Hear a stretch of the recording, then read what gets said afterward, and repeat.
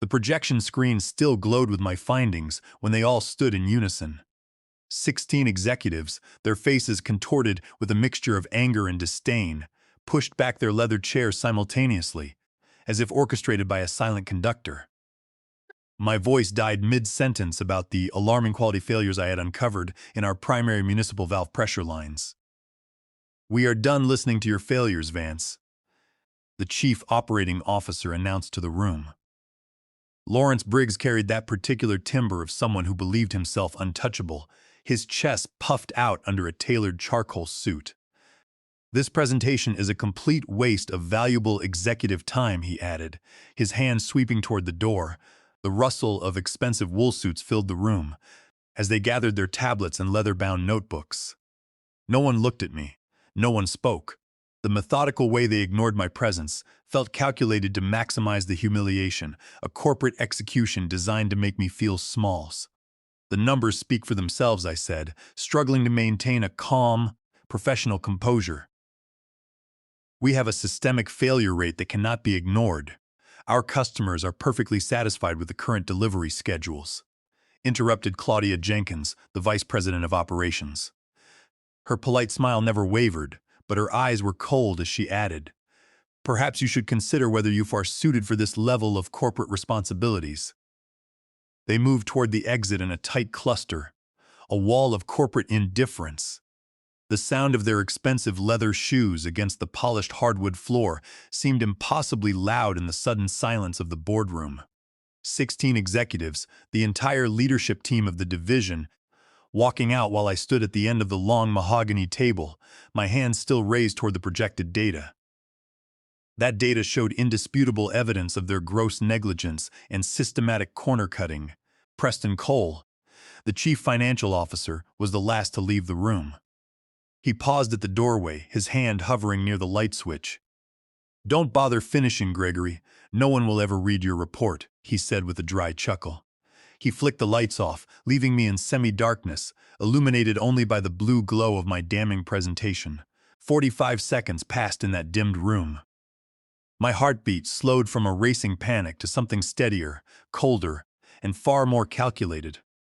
The betrayal did not crush me. Instead, it crystallized into something harder, something actionable. I had anticipated this reaction, had practically counted on it. The public rejection was merely the confirmation of everything I had suspected for months. I pulled out my mobile phone, scrolled to a contact number I had saved weeks ago, hoping I would not need to use it, but prepared for this exact moment. I pressed call. When she answered, I spoke 6 words that would set the entire collapse in motion. "It occurred exactly as you predicted." "All of them?" asked the voice of Rebecca Miller on the other end of the line. "Every single one," I replied, and the entire meeting was recorded. A brief pause followed over the line. "Give me 3 hours," she said before disconnecting. I ended the call and sat back in my leather chair, staring at the data still projected on the wall. The quality failures, the deliberate cover-ups, the altered pressure test results, everything they did not want anyone to see. My name is Gregory Vance. Until 5 months ago, I was the Quality Assurance Director at Vanguard Valve Solutions, one of the country's leading industrial equipment manufacturers. Our products were installed in municipal water systems, hospitals, chemical plants, and energy facilities nationwide. It was the kind of heavy-duty equipment that municipal engineers and maintenance crews trusted with public safety without a second thought.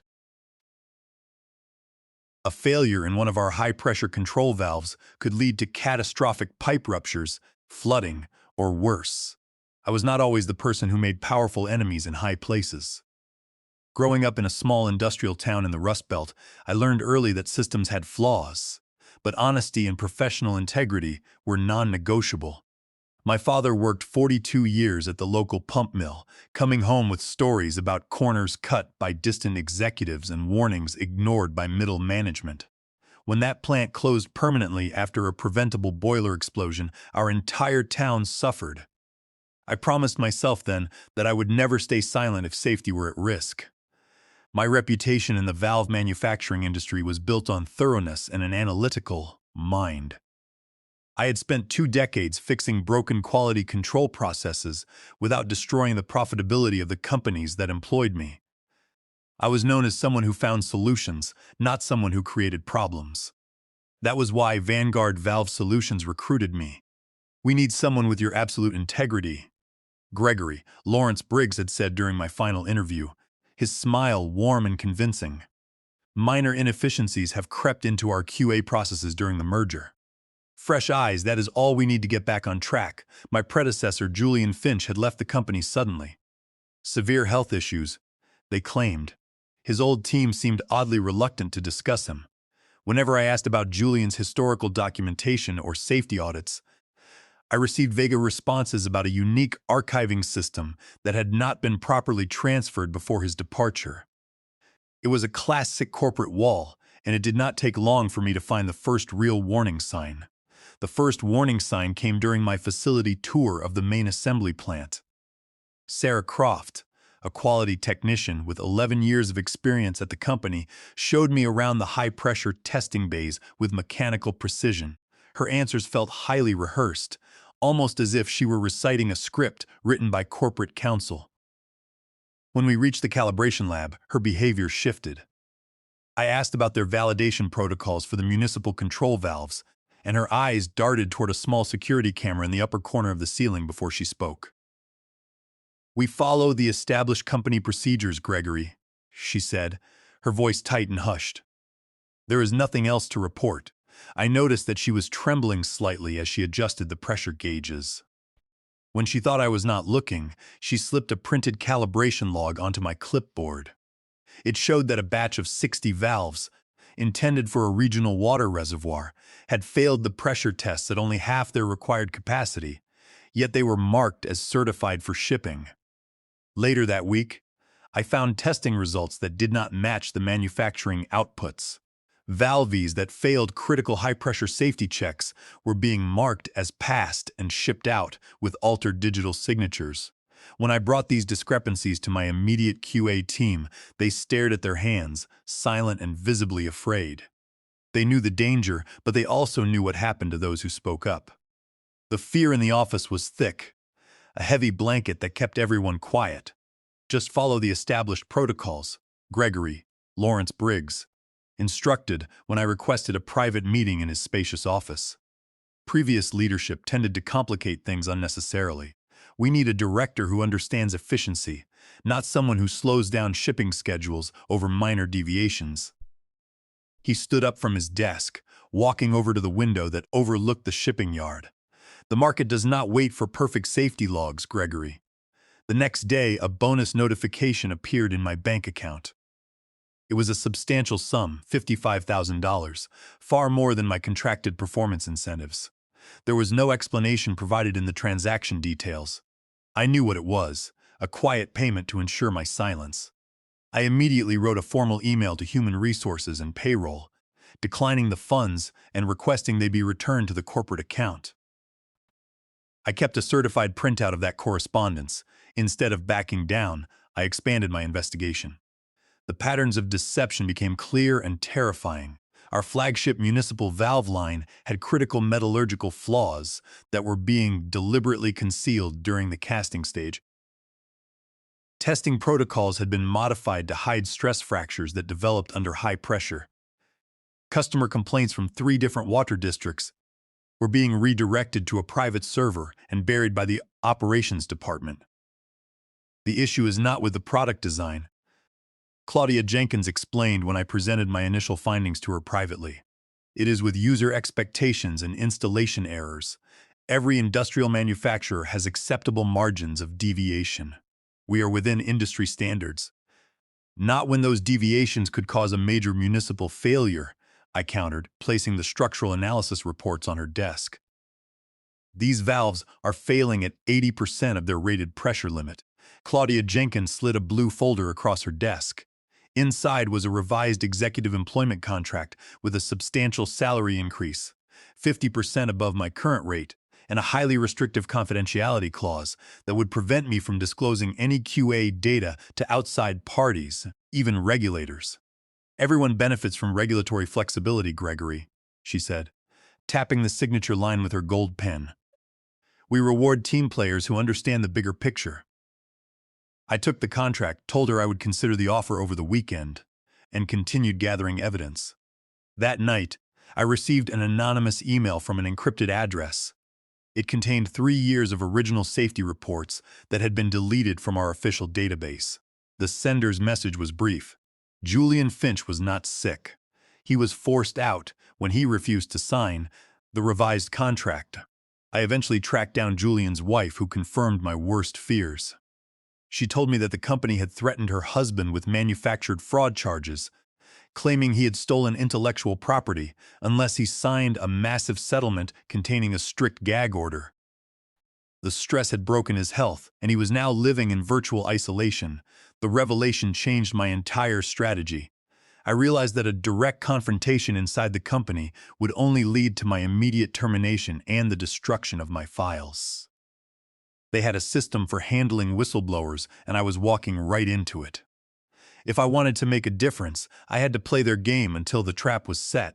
I began coordinating with external entities, making sure every document I copied was logged with a secure digital timestamp. I spent long nights in the office, downloading raw testing data from the hydraulic calibration machines, data that the operations team had not yet altered on the main database. I discovered that the cover-up had been active for 52 months, spanning across multiple product lines. The financial implications were staggering. By hiding these defects, the company had avoided a product recall that would have cost them over $75 million. The executives had protected their bonuses at the expense of municipal safety. It was a clear breach of fiduciary duty to the shareholders and a massive violation of federal safety standards. I knew that my time was running out, but the evidence was almost complete. I just needed one more piece of proof to connect the executive decision-making directly to the falsified test results. The morning of my presentation to the executive team, I found Sarah Croft waiting by my car in the dark corner of the parking garage. She was pacing nervously, constantly checking over her shoulder as if she expected corporate security to emerge from the shadows at any moment. "They are setting you up, Gregory," she whispered, her voice trembling. "They have spent the last 48 hours telling everyone that your safety reports are nothing but attention-seeking exaggerations. Lawrence Briggs already has your termination paperwork signed and sitting on his desk. He plans to fire you the moment you finish presenting." "Why are you telling me this, Sarah?" I asked, leaning against the driver's side door. "You are risking your own job by being here with me, because Julian Finch tried to do the right thing too," she replied, her eyes welling with tears. "He did not deserve what they did to him, and I cannot watch it happen a second time. My conscience will not let me stay silent anymore." She walked away quickly before I could ask for more details, disappearing into the morning mist. But the look in her eyes, the same haunted expression of fear and helplessness I had seen across my entire quality control team, solidified my resolve. I knew exactly what I had to do. I returned to my office and made one crucial modification to my presentation slides, removing the single most damning slide that contained the physical evidence of the altered signature logs. I saved it on an encrypted drive, reserving it for a far more critical purpose. After the executives abandoned the meeting room, leaving me in the dark, I sat alone. The phone call I made to Rebecca Miller was the final step of a months-long plan. She was not a journalist or a standard corporate lawyer. Rebecca was the lead investigator at the Regulatory Enforcement Division, the agency overseeing heavy industrial equipment safety. She had been quietly building a federal case against our company for months, and my data was the missing piece she needed. "I sent you the live recording from today," I told Rebecca when she picked up. The walkout was almost exactly as we had anticipated. They fell right into the trap. "And did they make those specific comments about the Pittsburgh incident on the record?" Her voice was measured, professional, and sharp. "Yes," I confirmed. Preston Cole specifically mentioned handling the new failures like the Pittsburgh incident when they were discussing how to suppress the current reports. He admitted on tape that they knew about the pressure failures. "Perfect," Rebecca said. "That connects the corporate decisions directly to the physical failures. That is the proof of a willful cover-up. We now have the evidence required to establish a pattern of racketeering and breach of fiduciary duty. My team is moving in ahead of schedule. Stay where you are for now. Act normal if anyone returns to the room. I gathered my materials slowly, methodically, placing each folder into my briefcase. The humiliation that should have crushed me had instead hardened into a cold, dangerous certainty. For 5 months, I had been building a case, while they thought they were slowly breaking my spirit. I walked through the quiet carpeted halls back to my office. The air felt heavy, pregnant with the anticipation of what was to come. I checked my watch, 3 hours until the federal investigators were scheduled to make their move, but the timeline was shifting rapidly. When I opened my office door, I found Claudia Jenkins sitting in my leather chair, slowly spinning a gold pen between her fingers. "That was quite a spectacle in the boardroom, Gregory," she said, turning my computer monitor to display the system logs.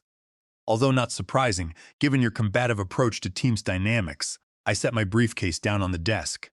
"Was there something else you wanted to say, Claudia, that you could not share in front of the entire group?"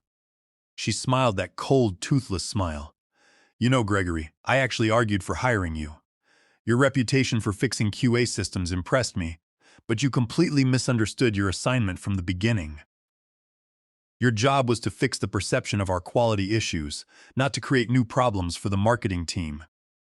She stood up, smoothing her skirt. "Your employment has been terminated, effective immediately. Security will collect you in 25 minutes to escort you from the premises. Whatever files and materials you have gathered, stay in this office.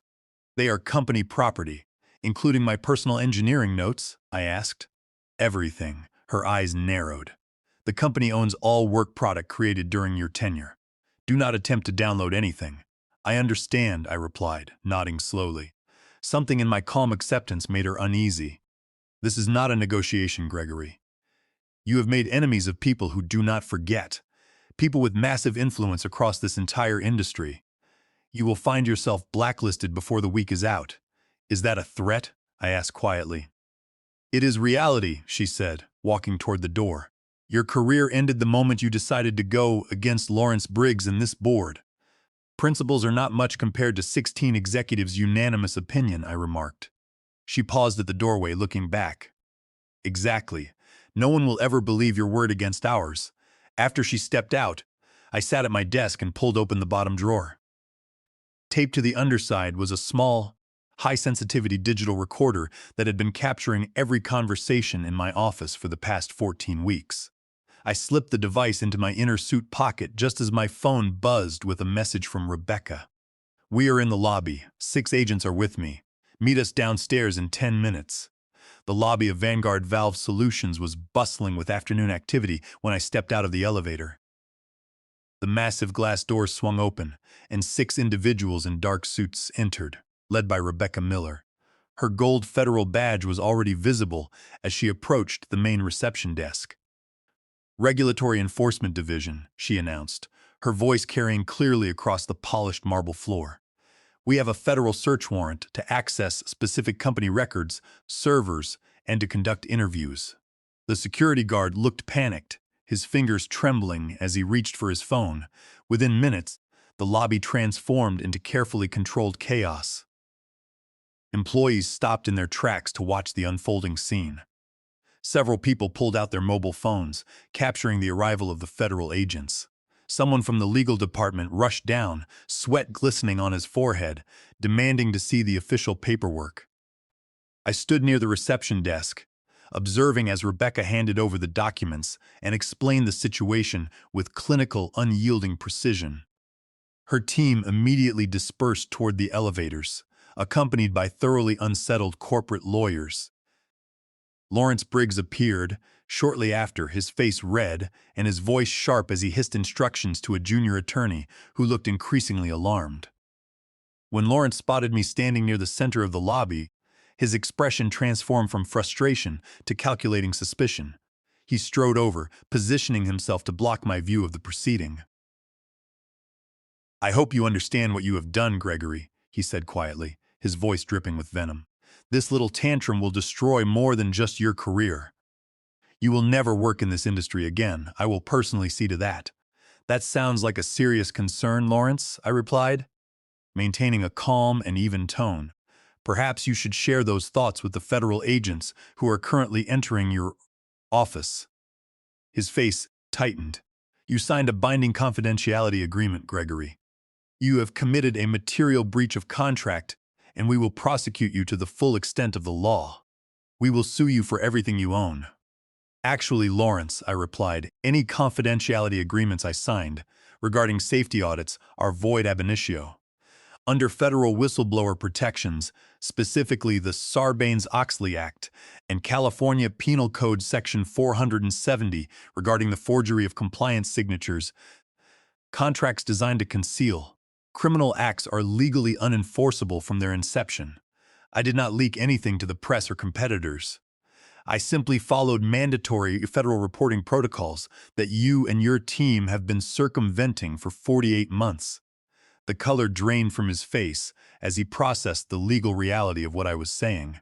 I had not acted out of personal malice. I had systematically used the law as a precision instrument. You have no idea what forces you are playing with, Gregory, he said, his voice dropping to a whisper. This company has survived worse than one disgruntled employee. I smiled, keeping eye contact. I am not disgruntled, Lawrence. I am doing exactly what you hired me to do, ensuring our quality control standards are met. Something in my expression must have deeply unsettled him because he stepped back. Security, escort this former employee out of the building immediately, he barked. Actually, said a voice behind him. Rebecca Miller stood there, her federal badge prominently displayed on her jacket. Mr. Gregory Vance will be staying here to assist our investigation. We have temporary authorization to retain him as a technical consultant. We have several questions about the validation presentation that was interrupted in the boardroom earlier today. The next 5 hours unfolded like a carefully choreographed legal dance. Federal agents moved through the building, securing key servers and documentation. Executives were isolated in their offices for immediate interviews. Employees watched wide-eyed as years of careful corporate deception began unraveling in real time. I sat in a glass-walled conference room on the 3rd floor, providing technical context as Rebecca's team built their case. Through the glass, I could see the growing realization spreading across the entire office as agents carried out boxes of files. At 3:30 in the afternoon, Preston Cole was escorted from his corner office, his face ashen and silent. By 4:15, 11 more executives followed him down the elevator, not in handcuffs, but clearly no longer in control of the situation. As they passed the conference room where I sat, Lawrence Briggs locked eyes with me. The realization of what had occurred was finally visible in his expression.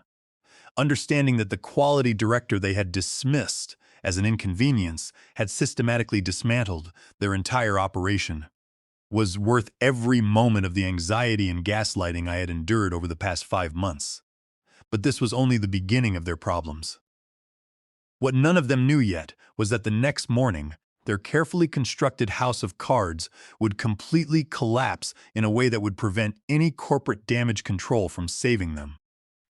The evidence secured today was merely the first phase of a much larger, coordinated legal strategy that had been forming long before I even arrived at the facility. The next morning arrived with a surreal brightness that often follows life-altering events. I dressed methodically, a charcoal gray suit, a white shirt, a conservative blue tie, and my father's old watch. Today was not about making a dramatic impression. It was about watching accountability unfold. Sleep had evaded me, but the adrenaline provided a perfect, cold clarity. 5 months of careful documentation, strategic alliances, and deliberate patience were about to culminate in the emergency board meeting. The company headquarters looked different in the early morning light. The glass tower felt vulnerable, stripped of its corporate arrogance. Security had been substantially increased, with unfamiliar guards checking identification at every entrance. Local news vans waited at the perimeter of the property, held back by temporary metal barriers. Natalie Mercer, the assistant to the board chair, greeted me at the executive elevator. "Gregory, the board chair is expecting you upstairs," she said. Her voice quiet, the executive floor was eerily silent. Glass offices that usually bustled with activity stood empty. Computer screens displayed login pages that would never again welcome their usual users. Natalie led me to a small conference room, adjacent to the main boardroom. Through the partially open door, I could see the board members gathering. Somber faces, urgent whispers, and water glasses that no one touched. "Wait here," Natalie instructed. "The chair will call you in when they are ready." Alone, I checked my phone. I had a message from Rebecca. Second phase proceeding now. 13 search warrants are being executed simultaneously at their private residences. I smiled. The timing was perfect. From the boardroom, the voices grew louder. Someone was demanding immediate answers. Another was insisting on external legal counsel. A third voice, firm and authoritative, cut through the noise. "This meeting will come to order," announced Carlton Bennett, the board chair. "We face unprecedented federal allegations that require immediate decisive action." The door swung open, and Carlton Bennett, a silver-haired man with sharp, calculating eyes, nodded in my direction. "Please join us, Gregory." The boardroom contained 32 people. The full 18-person board of directors, several senior executives who had not been present at my presentation, and a cluster of grave-faced corporate attorneys. The 3 empty chairs at the table, belonging to Lawrence, Claudia, and Preston, were highly conspicuous. "For those who have not met him, this is Gregory Vance, our Quality Assurance Director," Carlton Bennett said. "Or rather, our former director, according to termination papers that were filed yesterday afternoon. Papers that I, as chairman of the board, never approved." Murmurs rippled across the room. Carlton Bennett continued, "Gregory has agreed to present his findings directly to this board before he meets with federal prosecutors later today." Lawrence Briggs, who was sitting rigid near the far end, stood up. "This is highly irregular, Carlton. Our external attorneys should review any materials before this board takes action." "You forfeited that privilege, Lawrence," Carlton Bennett cut in sharply. "The regulators have already seized our primary servers.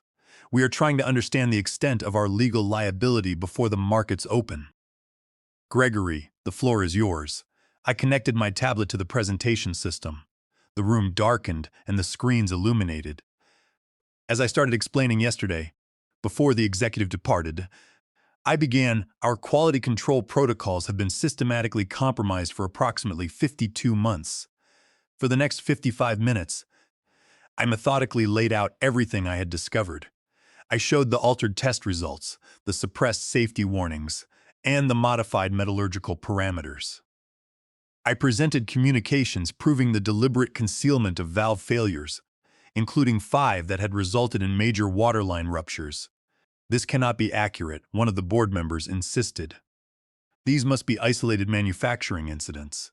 "Actually," I replied, "I have not even shown you the financial records." I switched to a new set of slides containing documents that Julian Finch had secured before his departure. They showed a pattern of suspicious offshore payments and executive bonuses linked directly to falsified quality metrics. This was a clear dissipation of assets and a massive breach of fiduciary duty. "Where did you get these documents?"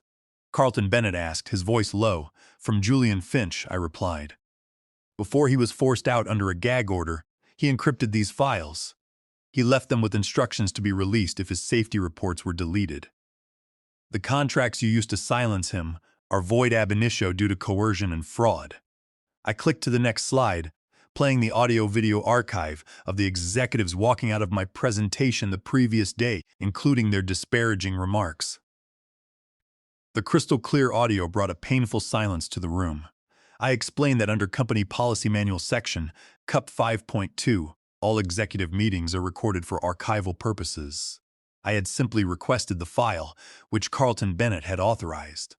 The meeting devolved into crisis management. By noon, trading of our stock was suspended after a 58% drop. By 3, 9 resignation letters had been submitted. By 4, federal prosecutors announced preliminary charges against 7 executives. After the room cleared, Carlton Bennett asked me to stay. "You planned this," he said. From my 3rd week, I confirmed. I had to choose, become complicit or bring it down. "What happens now?" he asked. "The company can survive, Gregory, but not with this structure." "My resignation will be on your desk tomorrow," I said. My work here is finished. The next morning, I watched the news from my apartment.